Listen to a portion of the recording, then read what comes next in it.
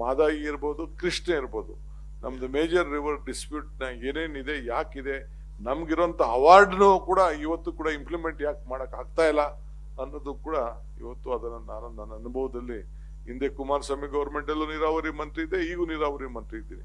So ಸೊಸೈಟಿಗೆ ನನಗೆ ಈ ಪುಸ್ತಕದ ಬಗ್ಗೆ ಅಷ್ಟು ವ್ಯಾಮೋಹ ಇರಲಿಲ್ಲ.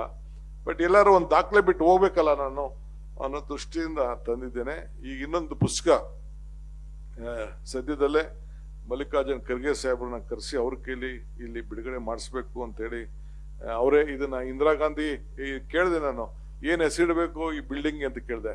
ಇಂದಿರಾ ಭವನ ಅಂತ ಇಡು ಅಂತೇಳಿ ಮಲ್ಲಿಕಾರ್ಜುನ್ ಖರ್ಗೆ ಸಾಹೇಬ್ರೆ ನನಗೆ ಮಾರ್ಗದರ್ಶನ ಕೊಟ್ಟು ಈ ಬಿಲ್ಡಿಂಗ್ ಇಂದಿರಾ ಭವನ ಅಂತ ಇಟ್ಟಿದ್ದೀನಿ. ಸೊ ಭಾರತ್ ಜೋಡೋ ಭವನ ಅಂತ ಈ ಬಿಲ್ಡಿಂಗ್ ಹೆಸರು ಇಂದಿರಾ ಗಾಂಧಿ ಇದು ಅಂತ, ಇದನ್ನ ಭಾರತ್ ಜೋಡೋ ಅಂತ ಅಂದ್ಬಿಟ್ಟು ಹಾಲ್ಗೆ ಮಾತ್ರ ಭಾರತ್ ಜೋಡೋ ಭವನ ಅಂತ ಇಟ್ಟಿದ್ದೇವೆ.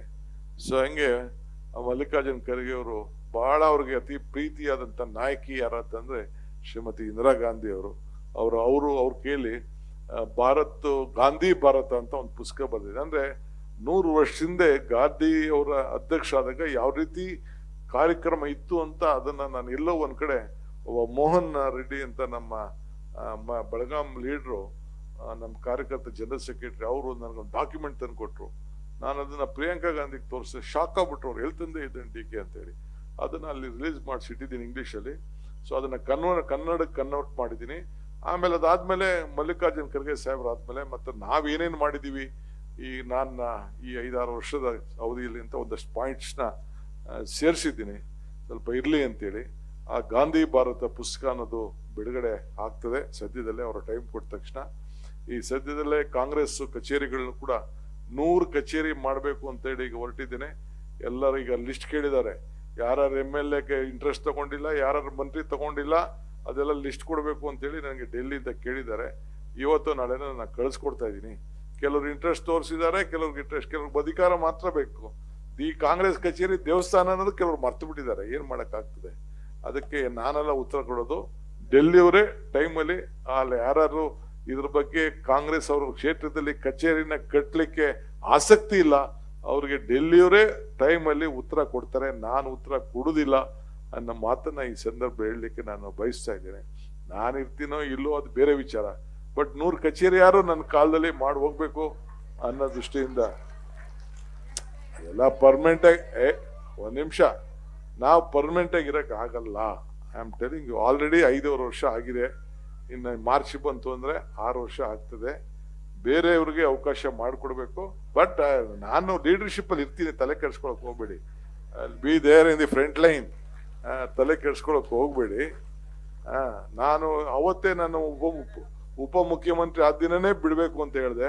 ಖರ್ಗೆ ಸಾಹೇಬ್ರು, ರಾಹುಲ್ ಗಾಂಧಿ ಅವರು ಇರು DK ಸ್ವಲ್ಪ ದಿನ ಇರು ಅಂತೇಳಿ ನನ್ನನ್ನ ಇರಿಸ್ಕೊಂಡ್ರು.